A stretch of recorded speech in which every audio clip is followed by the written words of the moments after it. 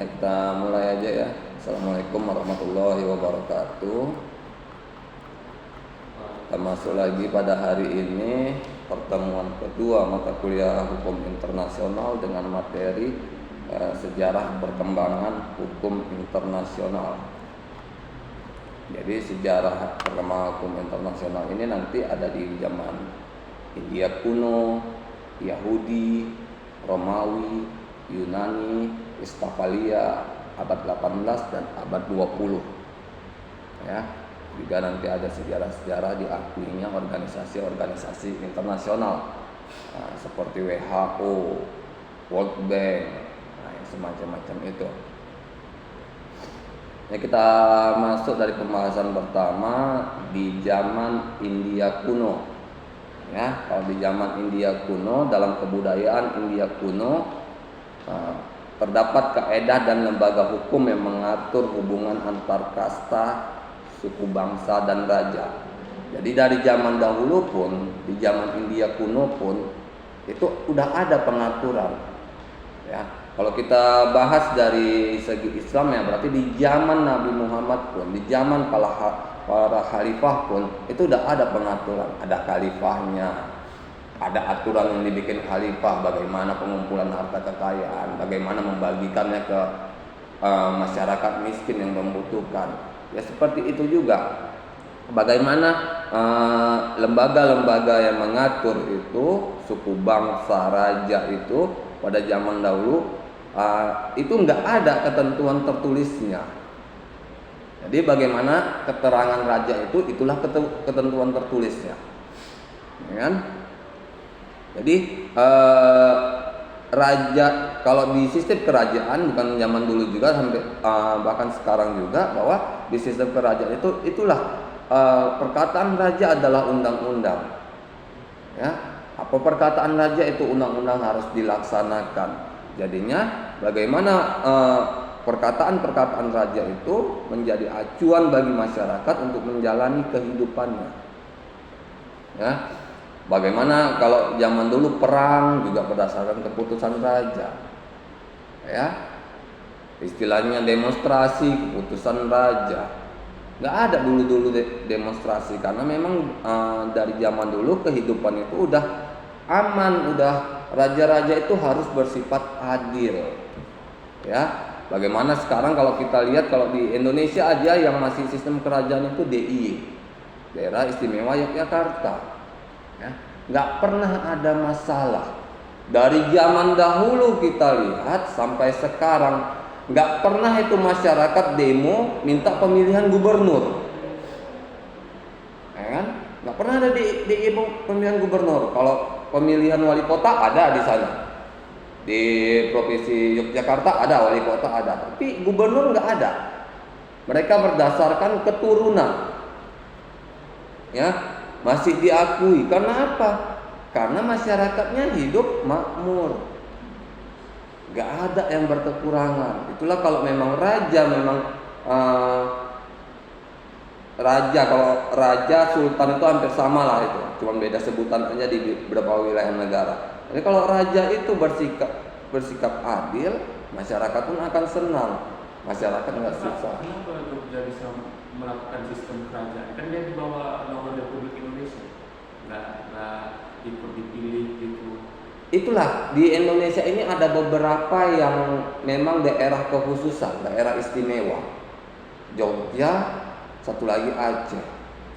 Ya, Aceh pun artu pernah namanya NAD, Nangro Aceh Darussalam. Nah, kalau diartikan Nangro Aceh Darussalam itu berarti negara Islam Aceh, ya kan? Karena konstitusi kita nggak membenarkan negara dalam negara, maka dibikin sekarang provinsi Aceh. Begitu juga di Jogja, tetap provinsi Yogyakarta, sistem kesultanan atau kerajaan, karena memang itu yang dipercaya masyarakat, ya kan? Ini kita nggak bisa menetapkan suatu peraturan terhadap daerah kalau masyarakat itu nggak bisa nerima. Ya. Jadi kita kalau mau menetapkan suatu peraturan, masyarakat harus menerima. Kita letakkan pemilihan gubernur, masyarakat nggak menerima, mau untuk apa pemilihan gubernur? Toh nggak ada juga nanti yang milih. Paling yang milih yang anggota partai, ya kan, simpatisan, nggak efektif. Jadi kan perbuatan yang sia-sia. Makanya di Yogyakarta ini nggak dilakukan pemilihan karena apa? Karena memang itu anggaran pemilihan pun itu bukan anggaran kecil. Saya pernah terlibat jadi anggota PPK untuk tingkat kelurahan di KPU Medan. Ya, untuk setiap kelurahan aja itu udah berapa puluh juta. Untuk pemilihan. Semalam itu saya di wali kota. Itu wali kota. Cuman satu kotak pemilih. Itu kalau nggak salah sekitar 50 sampai 70 juta. Biaya selama 8 bulan. Ya. Operasional untuk di kelurahan, lain di kecamatan. Ya. Konon lagi kalau legislatif nanti 5 kotak. Kalau 70 juta satu kotak, lebih kurang kali 5 350 juta. Bayangkan kalau diadakan di Yogyakarta 70 juta nggak ada yang milih, kan sia-sia. Surat suara semuanya bersih, paling hanya 10% yang dicoblos, lainnya nggak ada. Kan? Dan aturan perundang-undangan pemilu pun ya seperti itu. Kalau dia pemilihnya nggak di atas 2/3, pemilihan nggak sah. Percuma diadakan pemilihan. Jadi pemilihan itu harus 2/3 plus 1 atau 50 plus 1. Bukan 1%, 1 orang. Jadi 50 plus 1 itu jika masyarakatnya 100 orang, berarti 50 per 1 itu 50 plus 1 orang, berarti 51 orang. Bukan 51%. Kalau 51% udah 53, 54 orang.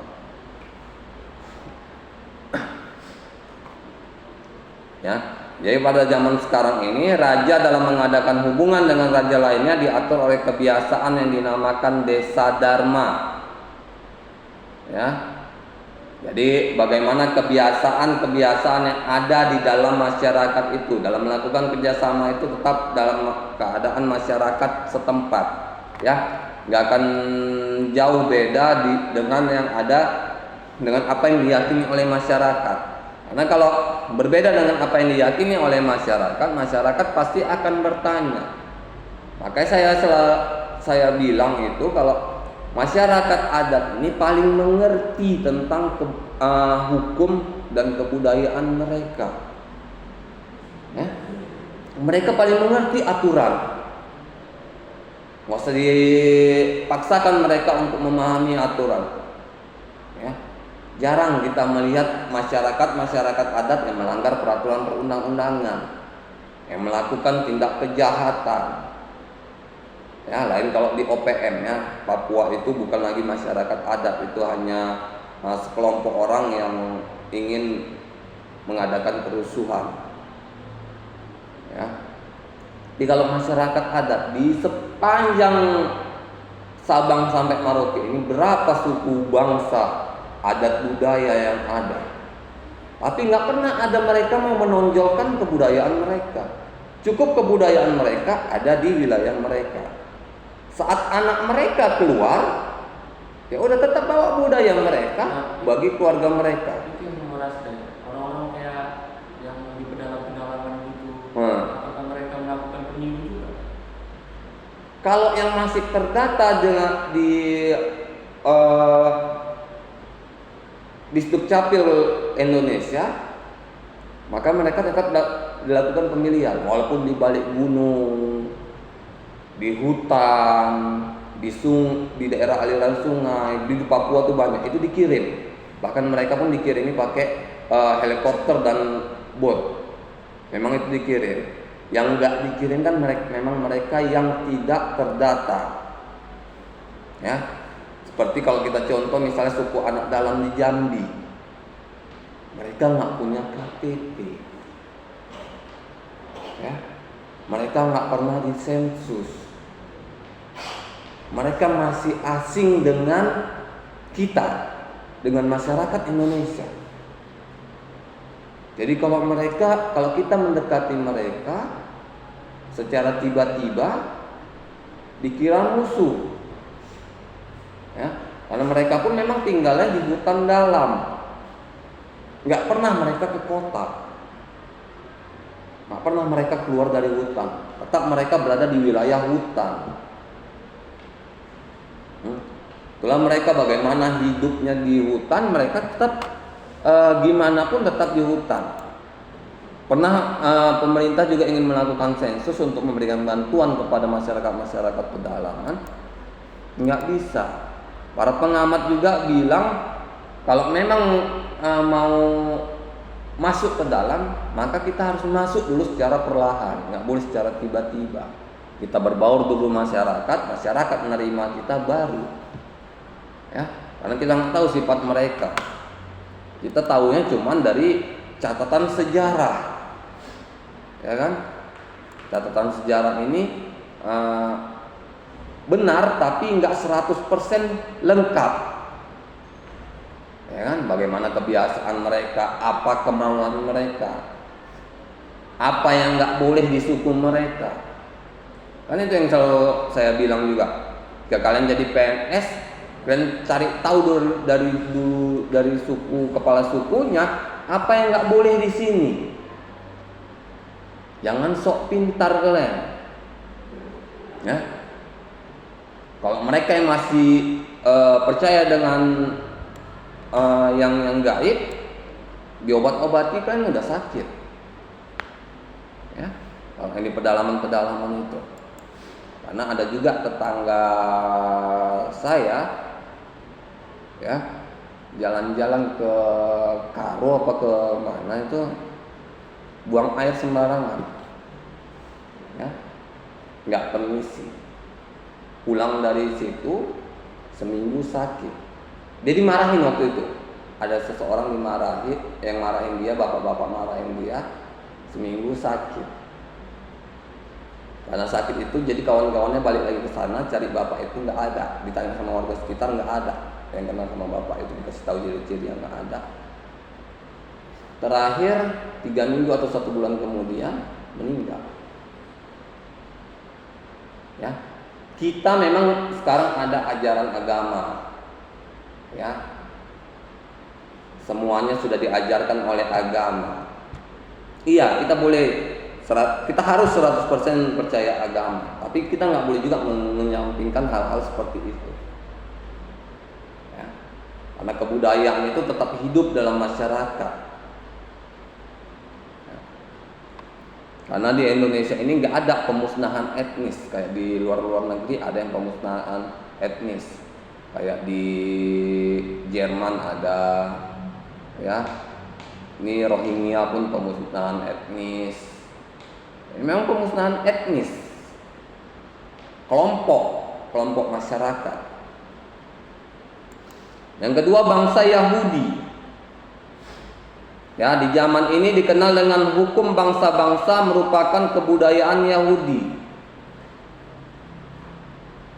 Ya, dikenal juga dengan ketentuan mengenai perjanjian atau perlakuan terhadap orang asing dan cara melakukan perang. Jadi di Yahudi ini sudah diajarkan tentang bagaimana kita memperlakukan orang-orang asing, bagaimana kita melakukan pendatang. Ya. Karena dari zaman dahulu pun pendatang itu pasti banyak setiap tahunnya, ya. Karena perpindahan orang atau masyarakat pada zaman dahulu itu melalui jalur dagang laut, ya. Orang bisa dari satu pulau ke pulau lain, dari satu negara ke negara lain, ya. Bahkan penemu-penemu pulau itu bukan dari pulau aslinya, bahkan jauh, yang dari Amerika ada, ya. Bagaimana adanya pendatang-pendatang ini harus bagaimana kita memperlakukan mereka. Ya, kalau di zaman sekarang ini, bagaimana ketentuan pendataan terhadap penduduk asing, Ya, mereka yang datang harus melapor ke kedutaan besar negara mereka. Itu juga yang kita lakukan. Setelah kita dicek di bandara, kita melapor ke kedutaan negara kita. Ya, nanti kedutaan negara kita melaporkan ke pemerintahan setempat tentang keberadaan kita. Ya, jadi pihak kepolisian maupun tentara di negara itu tahu kalau memang ada penduduk. Ya, bayangkan kalau nggak ada pendataan seperti itu, ya, tiba-tiba masuk orang asing yang nggak sesuai dengan kita, maksudnya yang ciri-cirinya nggak sama dengan kita, pasti kita aneh. Siapa? Ya kan? Polisi pun bahkan aneh, kok ada orang yang berbeda di sini. Jadi dari zaman Yahudi pun sudah dipelajari. Ya, kita bukan bicara agamanya sini ya, pada bangsa Yahudi. Yahudi itu kalau dibilang itu bangsa, bukan agama. Ya. Jadi kalau sama kayak Yahudi itu bangsa di Israel. Yahudi itu awal sejarahnya itu dia dari pengikutnya Nabi Yakub alaihissalam. Iya, itu bangsa umat Nabi Yakub, Yahudas namanya. Yahudas turunan katanya Yahudi. Setelah itu baru mereka datang ke ini, orang yang pendatang sebenarnya. Iya, mereka nggak datang ke satu tempat, menyebar. Maka Yahudi ada di mana-mana. Ya, fokusnya di Israel. Tapi mereka ada di mana-mana. Banyak Yahudi di tempat kita aja yang ada. Tapi memang kalau Yahudi di negara lain itu memang bukan agama, kelompok agama. Kalau kayak kita berarti Muhammadiyah Wasliyah. Ya, ajaran mereka apa? Taurat. Ya. Mereka dibilang kelompok Yahudi, kelompok agama Yahudi dengan kitab suci Taurat, ajaran Nabi Yakub, itu yang diajari mereka. Ya, bahkan di orang-orang Kristen di tempat di Eropa sana, mereka juga pakainya sama dengan Muslim.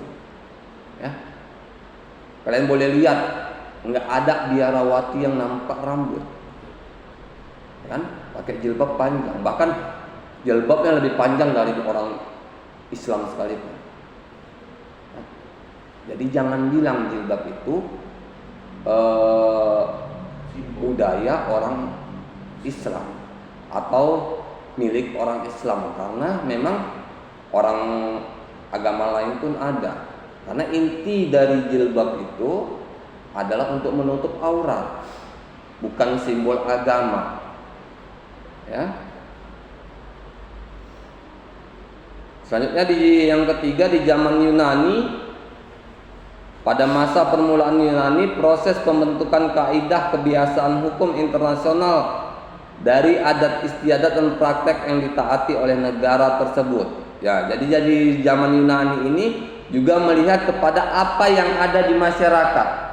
Yunani masuk ke negara lain juga tidak menerapkan apa yang mereka bawa. Ya, gitulah kalau sistem penjajahan pada zaman dahulu.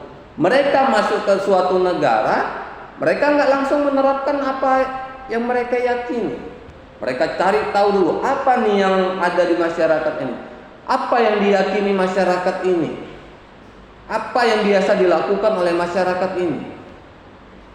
Ya, kalau udah tahu, disesuaikan dengan ajaran agamanya atau ajaran yang dibawanya, baru diterapkan perlahan-lahan sampai terbiasa. Mana yang dibawa mereka itu terbiasa dilakukan oleh masyarakat setempat. Sama kayak misalnya kerja rodi di Indonesia pada masa penjajahan Jepang. Ya, Jepang waktu pertama kali masuk ya bukan tiba-tiba nyuruh kita kerja rodi. Enggak. Apa yang dilakukan Jepang pertama? Menjanjikan kemerdekaan. Ya, menyaksikan kemerdekaan 1 bulan, 2 bulan, udah yakin masyarakat Indonesia baru suruh kerja.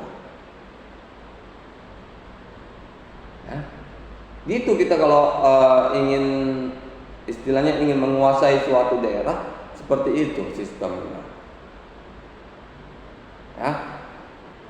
Kita istilahnya mau jadi apa ya? Jadi kepling lah bilangnya. Ya. Jadi kepling. Kita jadi kepling di satu masyarakat, kita harus dipercaya dulu oleh masyarakat. Jangan tiba-tiba kita buat peraturan. Masyarakat pada demo, melaporkan ke kelurahan. Nggak betul ini keplingnya, suka-suka nyuruh, suka ini. Jangan. Kalau memang harus ada kerja bakti, misalnya kita jadi kepling, maka kita ajak, bukan kita suruh.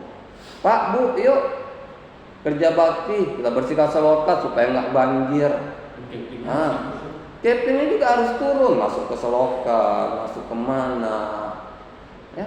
Jangan pula keplingnya anti dengan jorok, takut dengan jorok. Ya. Kalau kalian sudah jadi abdi negara, kepling itu adalah abdi negara paling bawah, maka kalian harus terbiasa. Ya, kerjaan kalian bukan di kantor. Kalau kalian nanti misalnya jadi lurah atau camat, kerjaan kalian jangan di kantor. Di kantor misalnya, kalian cukup di kantor itu ya cukup wajibnya kalian. Misalnya dari jam 8 sampai jam 10 pagi, udah di kantor, cukup keluar ke masyarakat, lihat di masyarakat apa yang salah, perbaiki. Ya. Kalau kita misalnya sebagai lurah atau sebagai camat memperbaiki, masyarakat melihat, pasti masyarakat ngebantu. Nggak perlu kita suruh, Pak itu berserak, Pak sampai berserak, tolong dikumpulkan. Itu nggak efektif. Tapi kalau kita tiba-tiba datang, kita kerjakan, kita bersihkan, pasti orang bantu. Ya, cara menyuruh orang sebetulnya seperti itu. Bukan nggak zaman lagi main-main perintah, karena ini bukan zaman kerajaan seperti dahulu.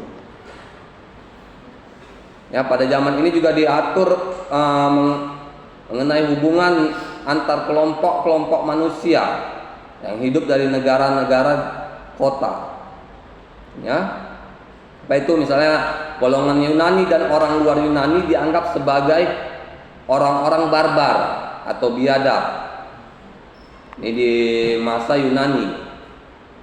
Masyarakat Yunani yang sudah mengenal ketentuan mengenai perwasitan atau arbitration dan diplomasi yang tinggi tingkat perkembangannya, ya.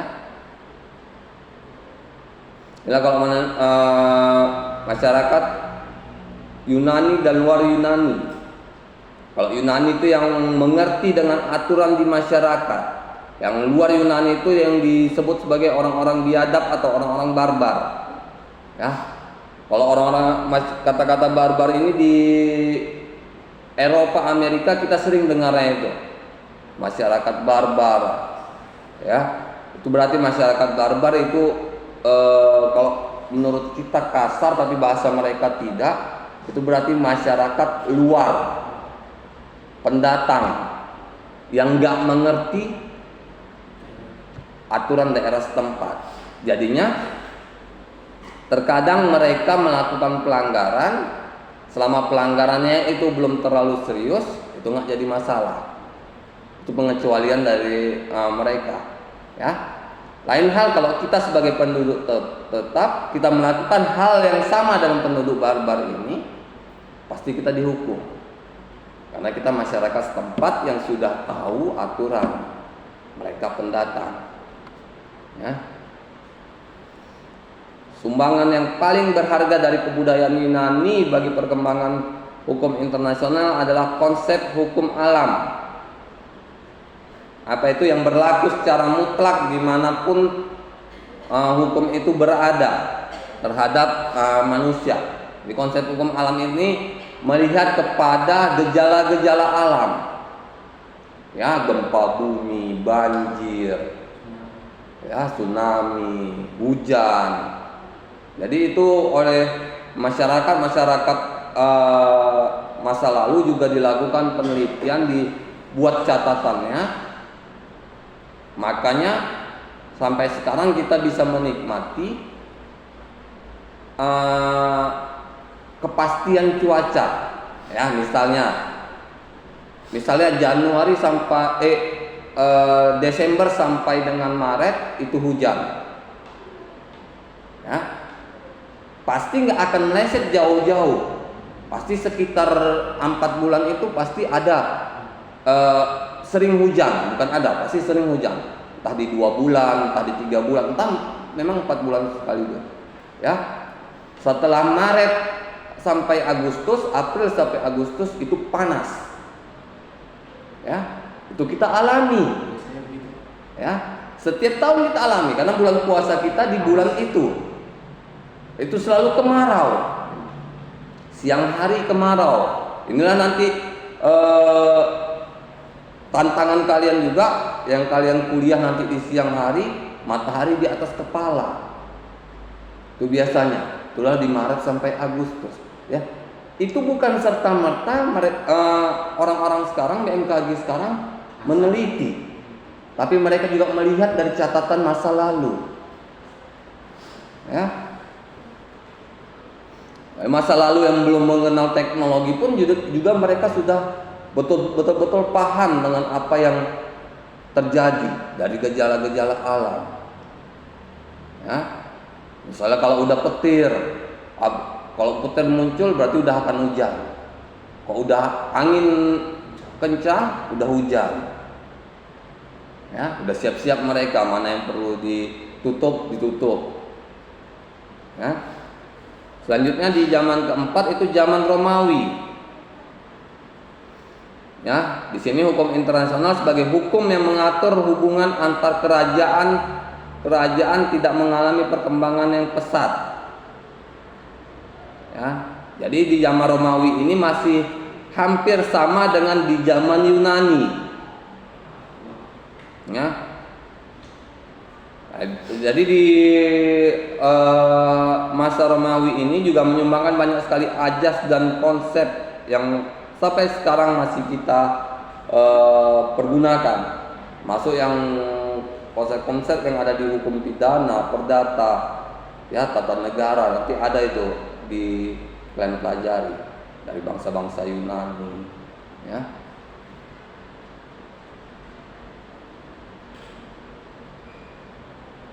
Hukum Romawi ini juga menjadi dasar beberapa hukum di Eropa. Ya, jadi di Eropa itu masuklah di hukum Romawi yang mereka yakini kalau di hukum Romawi ini adalah hukum-hukum gereja. Ya, makanya jangan heran di Eropa itu banyak gereja. Bahkan ada yang masjid beralih fungsi jadi gereja. Karena apa? Hukum Romawi yang megang. Hukum Romawi ini mereka kelompok-kelompok dari gereja. Ya. Terutama di Andalusia, di Spanyol itu. Ini kita masih bersyukur juga. Baru-baru ini Muhammadiyah ada beli satu gereja di sana. Mau dibuat sebagai gedung dakwah dan masjid, nah di sana. Kalau umat Islam pas itu karena pemimpinnya terlalu lalai sama dunia. Iya. Dari dulu pun seperti itu juga yang waktu di Palestina. Dulu nggak ada Israel, itu full Palestina. Karena memang terlalu lalai dan memang catatan sejarah juga, makanya beralih fungsi. Sama catatan sejarah juga. Bagaimana nanti perjuangan kita mengembalikan lagi nilai-nilai Islam di Eropa dan di Afrika maupun di Asia. Ya, itulah tugas masyarakat sekarang dan yang akan datang. Ya. Karena kita lihat juga ceramah-ceramah Ustadz, ya, Ustadz Abdul Somad, yang saat dia bertanya kepada gurunya, kenapa nggak dibinasakan Israel di Palestina?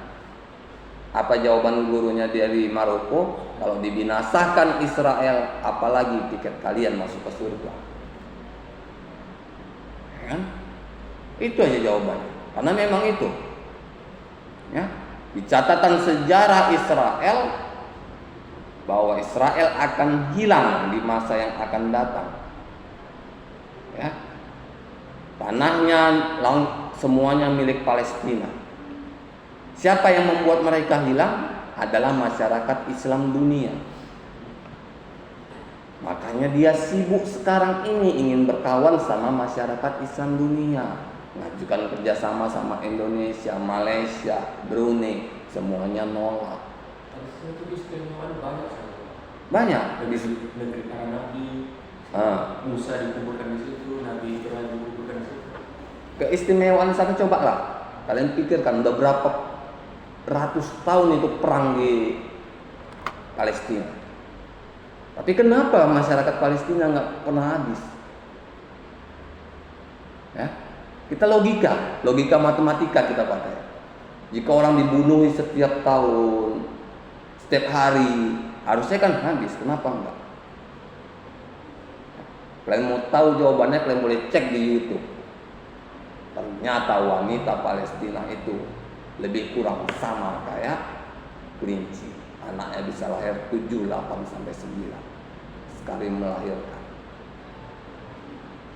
Ya. Mana itu nggak mungkin, laki-laki normal pun nggak akan mungkin bisa. Itu adalah titipan. Kalian boleh cek di YouTube. Saya dapat dari YouTube juga. YouTube itu ilmu juga. Kita nggak ambil yang negatif-negatifnya, kita ambil yang positif-positifnya. Ya. Dan rata-rata durasi hamil mereka itu nggak sampai 9 bulan. 6 bulan anaknya normal, nggak ada yang masuk inkubator. Ya, kalian lihat di video-video itu, 3 tahun, 4 tahun udah masuk ke medan perang. Disuruh mamanya? Enggak. Suruh bapaknya? Enggak. Melihat kawannya pergi, dia pergi. Kita lihat kalau kalian tahu tuh ada namanya Ahed Tamimi. Ahed Tamimi ditahan di penjara Israel dari usia 4 tahun. Sekarang sudah bebas di usia 14 tahun. Hilang masa kecilnya. Takut dia di penjara 10 tahun? Enggak. Dia kembali lagi ke jalan. Ya. Karena kalau memang orang yang sudah sampai ke Palestina, mereka bukan nyari pulang, tapi nyari bagaimana mati di sana. Kenapa? Apa istimewanya mati di sana? Lihat, di sana banyak darah para nabi yang jatuh di sana. Sangat istimewa kalau darah kita jatuh di sana, bersatu dengan darah para nabi. Istimewa sekali sebab kiamat terjadi di sana, kebangkitan Islam di sana. Ya. Jadi kalau kita belum bisa ke sana, banyak lembaga-lembaga amal yang bisa kita kirimi uang untuk ke Palestina. Ya sekedar 20.000 untuk sekali makan bisa. Mereka buka donasi 20.000 untuk sekali makan di hari Jumat. Kirim. Ya. Resmi itu kok resmi, warga negara kita yang ada di Palestina. Dikirim mereka. Mereka base camp-nya di Turki. Ya. Kita belum bisa ke sana, belum mampu ke sana, bantu aja yang kita mampu. Alah 20.000 seminggu rasanya bisa lah kita kirim. Ya kan? Hitung-hitung tabungan akhirat. Ya. Kita kasih dia makan, anak-anak itu makan, pemuda itu makan, dia berjuang, meninggal, tidak dapat pahala. Ya. Dia meninggal dalam keadaan kenyang dari makanan kita. Ya. Dia meninggal bukan kelaparan, dia meninggal dalam kondisi kenyang dalam pemberian kita.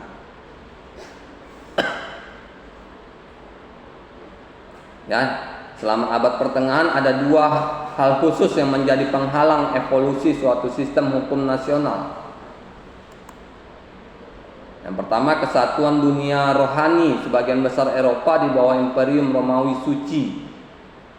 Ya. Jadi di mana ini kesatuan dunia dan rohani ini yang dilakukan oleh, kalau kita kenal sekarang berarti di Roma, di Vatikan Roma.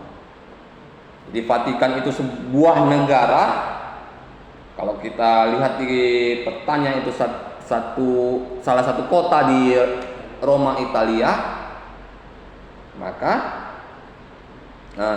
bagaimana Vatikan ini mengatur warga masyarakatnya? Warga masyarakatnya apapun pekerjaannya, apapun aktivitasnya sehari-hari harus dekat dengan agama. Ya. Harus percaya kepada kata pastor, pada kata pendeta sebagai penyampai wahyu. Itu yang dipercaya mereka. Yang kedua, struktur feodal barat yang melekat pada hierarki otoritas yang tidak hanya menghambat munculnya negara merdeka, akan tetapi juga mencegah negara-negara pada saat itu memperoleh karakter kesatuan dan otoritas negara berdaulat modern. Inilah yang dilakukan di kalau kita lihat ini sama dengan apa yang ada di Palestina, ya. Bagaimana mereka mengatur, sama juga dengan Afghanistan, bagaimana mereka mengatur negara itu tidak membiarkan negara itu merdeka. Karena apa? Karena masih ada kekayaan yang dicari di dalamnya, yang ingin dimanfaatkan di dalamnya. Ya. Mereka akan berhenti jika negara itu sudah tidak ada lagi kekayaan. Yang kelima, ada perjanjian Westphalia. Yang merupakan tonggak sejarah dari lahirnya negara-negara modern menurut hukum internasional. Ya, jadi kalau di perjanjian Westphalia ini tidak hanya berkaitan dengan hal-hal agama, tapi di perjanjian Westphalia inilah juga terjadi pertentangan antar Kristen itu, antara Katolik dan Protestan. Ya, disinilah terjadi perpisahan antara Katolik dan Protestan, yang juga menyangkut dari apa yang ada kebudayaan dalam masyarakatnya. Ya, kalau Kristen terjadi perpecahan menjadi dua agama. Kalau kita tidak, kalau di Islam tetap satu agama, ya, hanya kelompok agamanya yang berbeda. Ya.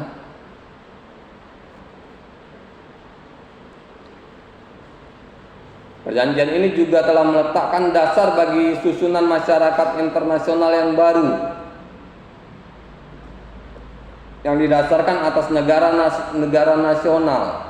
Jadi di perjanjian ini juga diterapkan kepada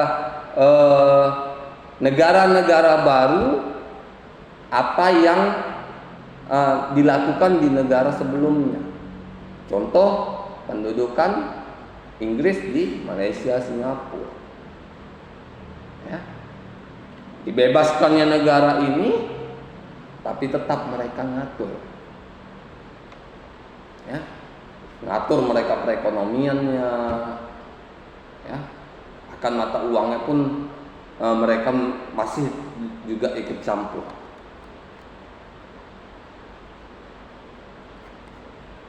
Selanjutnya abad ke-18. Di abad ke-18 ini muncul ahli hukum internasional bernama Hugo Grotius.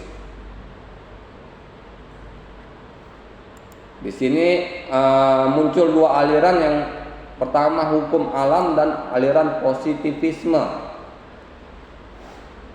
Ya, hukum alam seperti apa yang saya sampaikan tadi, yaitu yang berlaku dari gejala-gejala alam. Ya. Jadi kalau dari segi positivisme ini, apa yang sudah diberlakukan dalam suatu masyarakat.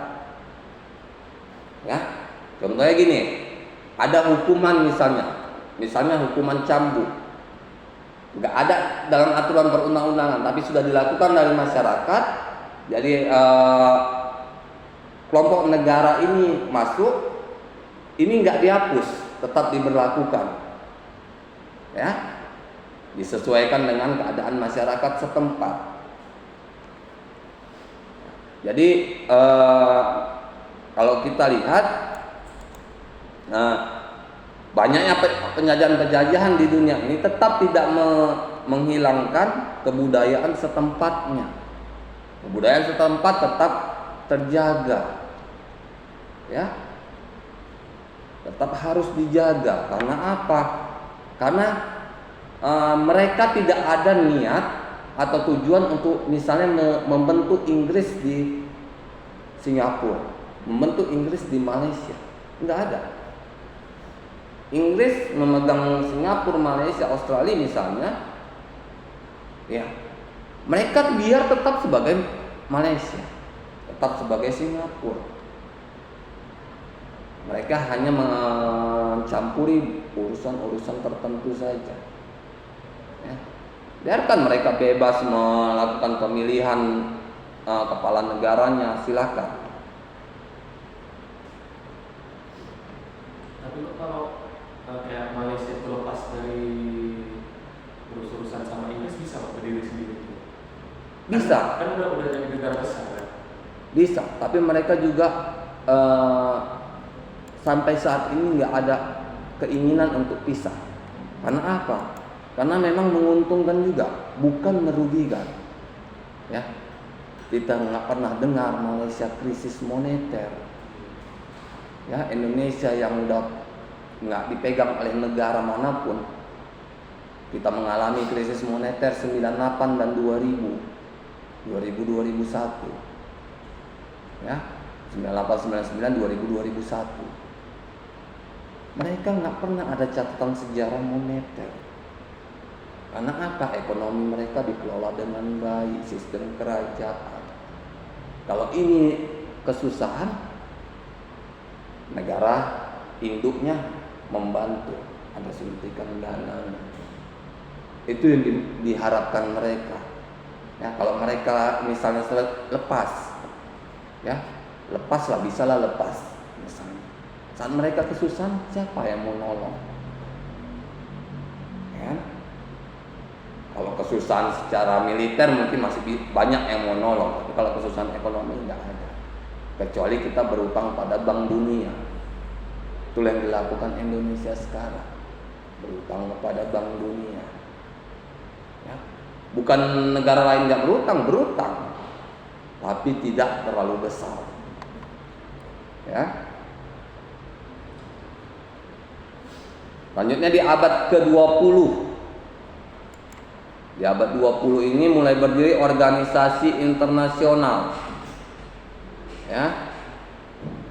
Dimulai pada konferensi perdamaian tahun 1856. Konferensi Jenewa 1864 dan konferensi perdamaian Den Haag 1899. Ada juga konferensi perdamaian 2 tahun 1907. Ya.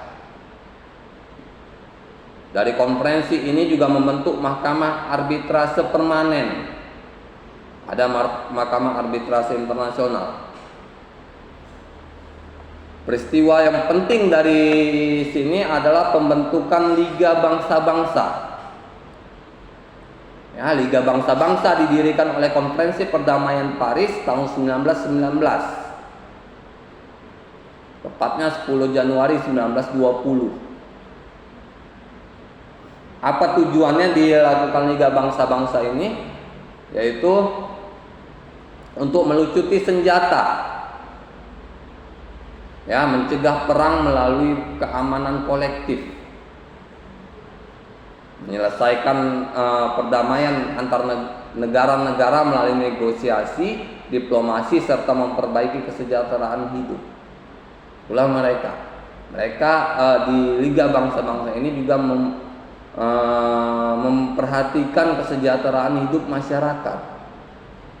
Ya, bagaimana negara induk ini juga harus, kalau memang mereka memegang negara-negara bawahan, maka negara induk ini harus oleh Liga Bangsa-Bangsa memperhatikan kesejahteraan bangsanya ini. Mereka harus mampu. Ya. Kalau memang mereka nggak mampu, lepaskan. Kan? Karena mereka masih megang, maka mereka masih yakin mereka mampu untuk menangani masalah yang ada di negara itu. Ya, Liga Bangsa-Bangsa gagal untuk mencegah Perang Dunia Kedua. Ya, Perang Dunia Kedua itu terjadi harusnya dapat dicegah oleh Liga Bangsa-Bangsa. Harusnya fungsi Liga Bangsa-Bangsa adalah mencegah perang. Tadi kan sudah dibilang mencegah konflik. Harus mencegah perang. Tapi ternyata terjadi Perang Dunia Kedua. Sehingga di 26 Juni 1945 Liga Bangsa-Bangsa dibubarkan, diganti dengan sekarang kita kenal dengan nama PBB, Perserikatan Bangsa-Bangsa. Ya, Perserikatan Bangsa-Bangsa bertujuan untuk menjaga perdamaian dan keamanan dunia. Ya, juga memajukan dan mendorong hubungan persaudaraan antar bangsa melalui penghormatan hak ajasi manusia bangsa lainnya. Jadi apa yang maksudnya di sini? Bahwa PBB ini lembaga yang harus mencegah terjadinya perang. Ya. Ya, makanya jangan ada terjadi perang. Makanya kalau suasana udah tegang misalnya di Israel dan Palestina, maka PBB menyarankan untuk melakukan gencatan senjata. Lebih bagus gencatan senjata daripada perang. Ya. Kalau perang udah nggak terkendali, maka akan banyak masuk negara-negara lain untuk membantu. Jadi kalau gencatan senjata, ya udah, gencatan senjata misalnya dilakukan pada besok lusa, ya, armada dari masing-masing pihak, misalnya tentaranya 100, tanknya 5, helikopternya 5, udah harus seimbang, ya, sampai terjadi kekalahan. Ya, pasca Perang Dunia Kedua ini terbentuknya PBB berpengaruh besar dalam masyarakat hukum internasional. Ya, kita rasakan pada saat sekarang ini PBB itu sangat pengaruh dalam masyarakat internasional dalam penyelesaian sengketa. Apalagi contohnya misalnya sengketa Indonesia dengan Malaysia di Pulau Sepadan dan Ligitan. Itu masuk di Mahkamah Arbitrase Internasional yang ditangani oleh PBB, diawasi oleh PBB. Selalu saya bilang kalau sengketa-sengketa seperti itu kalau sudah buntu di titik tengah nggak tahu jawaban maka dikembalikan kepada masyarakat. Ya. Masyarakat merasa masyarakat dari negara mana? Indonesia atau Malaysia? Ya. Masyarakat di sekitar situ ditanya. Iya, masyarakat di sekitar situ yang disengketakan, ditanya di Sipadan. Kami selama ini mendapat bantuan atau disantuni oleh raja dari Malaysia. Jadi kami pikir kami Malaysia. Jadi kalau Indonesia tidak pernah membantu kami. Maka itu harus hati-hati. Makanya seperti yang saya bilang, sekarang Indonesia sudah gencar melakukan penjagaan di setiap wilayah perbatasan. Ya, kita banyak wilayah perbatasan darat. Ya, kalau nggak salah dari Sulawesi ya kalau mau ke Timur Leste, darat. Ya, di Malaysia pun laut, tapi lautnya pun tidak terlalu jauh. Batam ke Singapura pun tidak terlalu jauh. Kalau naik kapal feri itu sekitar 15 menit. Ya. Makanya harus hati-hati, harus dijaga. Ya, makanya tentara sampai saat ini harus meningkatkan lagi kinerjanya. Maksudnya gini, saya mendengar semalam dari Jenderal TNI yang ada di Jakarta, kalau mereka mulai mengkaji untuk membuat pos tentara atau polisi militer di setiap kecamatan. Kalau sekarang kan hanya di kabupaten kota, kan? Hanya satu di kabupaten kota. Sekarang mereka berencana untuk membuat di kecamatan atau di kelurahan. Jadi setiap sendi masyarakat itu terjaga. Ya. Memang harusnya seperti itu. Dia harus berdampingan dengan polisi. Di mana ada kantor polisi, harusnya ada kantor tentara. Ya. Polisi kita lihat berserak di mana-mana. Polsek, Poltabes, Polda, Polres. Kenapa nggak dibuat sama? Ya. Istilahnya kalau tentara ini kan berarti Poltabesnya aja yang ada, ya kan? Di kota-kota besarnya aja. Nggak ada ini kita lihat di daerah-daerah. Misalnya kalau di Medan area misalnya, ditaruh di Medan area, di Medan kota ditaruh, kan terjaga. Inilah yang lagi dikaji oleh markas TNI di Jakarta untuk bagaimana mereka ingin meletakkan kantor-kantor mereka di setiap wilayah negara. Di karakteristik evolusi yang pada abad ke-20 ini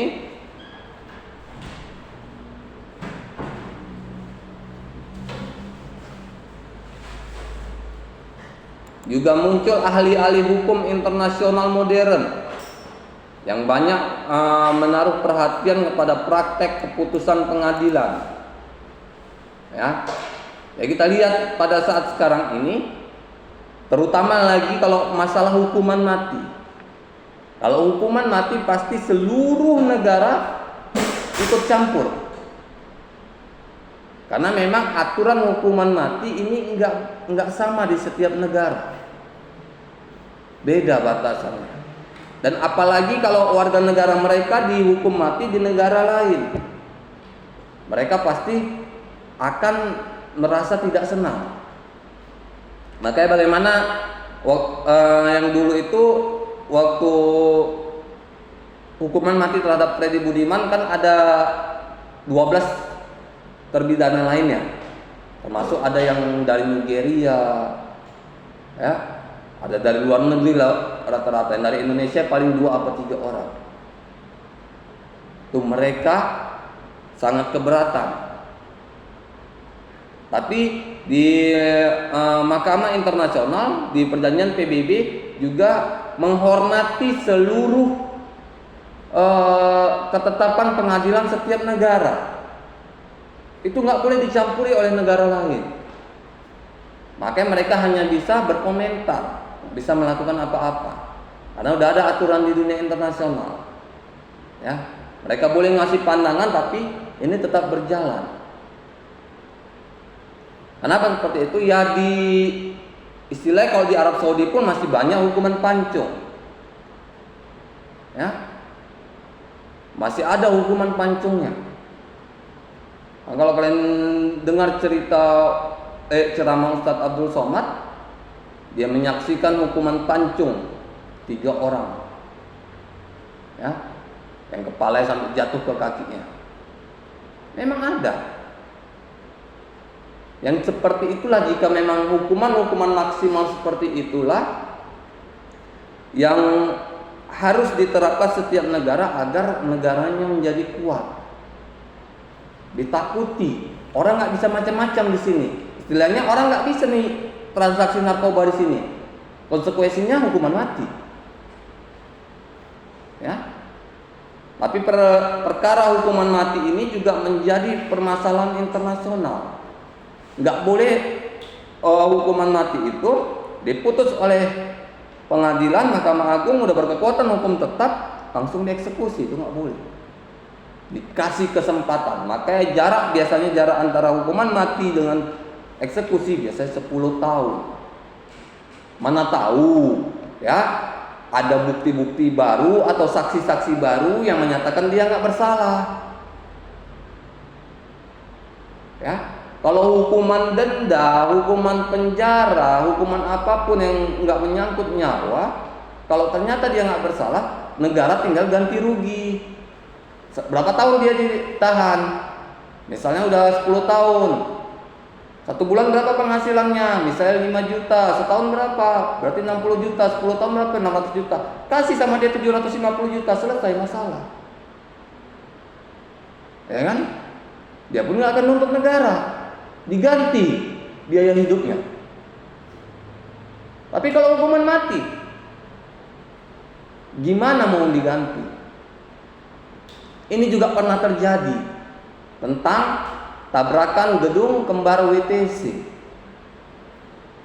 Ya, tabrakan gedung WTC, 2 orang ditahan, dihukum mati tanpa proses yang panjang, termasuk cepat pada saat itu. Memang proses peradilan putus mati.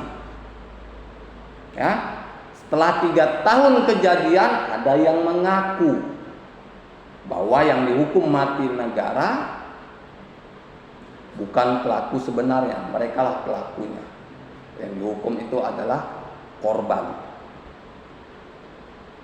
Ya, dimana jadinya pemerintah konferensi pers menyatakan terjadi kesalahan dalam penghukuman yang lalu, mengganti biaya hidup dia selama 80 tahun ke keluarganya, supaya keluarganya nggak nuntut. Karena usia orang-orang di Eropa maupun Amerika itu panjang-panjang, makanya dikira 80 tahun dari usia produktif 20 tahun. Memang iya, tapi mau gimana lagi, nggak bisa dikembalikan. Makanya mulai dari penghukuman itu sampai sekarang itu Amerika sangat hati-hati dalam melaksanakan hukuman mati. Sangat hati-hati, bukan tidak ada. Jadi kalau kata orang hukuman mati di Amerika gara-gara WTC dihapuskan, itu nggak benar. Sangat hati-hati. Mereka menerapkan proses yang panjang. Ya masa pula ada teroris yang nyerang negara mereka nggak dihukum mati? Kan nggak mungkin ya kan? Ada yang menyebarkan narkoba secara bebas di negara mereka nggak dihukum mati, kan nggak mungkin. Tapi tetap mereka diproses peradilan, dilakukan seperti negara-negara yang lainnya, ditunggu dari waktu yang cukup lama, 5-10 tahun. Kalau nggak ada bukti dan saksi lagi, dihukum. Itu sekarang banyak di banyak negara. Di Arab Saudi pun seperti itu. Karena kalau merampas kemerdekaan bisa diganti, nyawa nggak akan bisa diganti. Berarti kasus yang hukuman mati TKI itu Pak, prosesnya lama juga Pak? Lama. Kalau di Arab Saudi pun ada di situ denda, bayar denda. Jadi kalau diusahakan di Arab Saudi pun, kalau misalnya pembunuhan tidak serta-merta hukuman mati. Ya, ada di situ diupayakan dulu damai, diapakan dulu oleh pemerintah sampai duta besar yang sampai kalau masyarakat keluarganya mau, misalnya bayar 50 juta rial, maka pemerintah harus bayar untuk nebusnya. Kalau nggak dibayar, ya udah dieksekusi. Saya sering lihat Pak, ada kejadian di internasional, ada penukaran tahanan mati antara negara satu, negara A sama negara B saling tukar. Itu biasanya negara-negara yang terlibat perang. Memang ada, seperti India, Pakistan. Mereka sering setiap tahunnya nukar 3-5 tahanan. Korea Selatan, Korea Utara. Ya, tahanan negara yang kejahatan keamanan negara dikonsolidasikan dengan pimpinan negara seberang. Kami minta 5 tahanan kami dibebaskan, 5 tahanan kalian kami bebaskan. Itu negonya antara negara atau melalui forum internasional? Antar negara sudah cukup. Karena kalau hukuman mati ini hanya terkait dengan negara masing-masing negara. Adapun kalau memang forum internasional misalnya ikut campur karena memang dimintakan oleh salah satu pihak, misalnya negara A sudah mengajukan 5 tukar 5, ternyata negara B nggak mau, padahal jenis kejahatannya sama, kejahatan keamanan negara, ya negara B nggak mau, gimana dicari oleh lembaga, dihubungi lembaga internasional untuk dimediasi. Setelah itu dimediasi, apa mau negara B ini supaya mereka melepaskan tahanan negara A, ditukar, bukan dibebaskan saja. Kenapa enggak? Kenapa negara mau gitu mengambil tahanan yang jelas bersalah di negara lain? Yang saya lihat ada keuntungan sih, Pak. Pastinya, Pak. Iya, keuntungannya gini, kalau misalnya dia dihukum mati di negara lain, berarti kelemahan aturan di negara A itu. Kenapa? Karena dia nggak bisa melindungi warga negaranya. Ya, kalau kejahatannya cuma masalah keamanan negara, biasanya itu keamanan negara, nggak narkoba, nggak ada apa-apa. kepentingan politik di situ. Iya, tetap.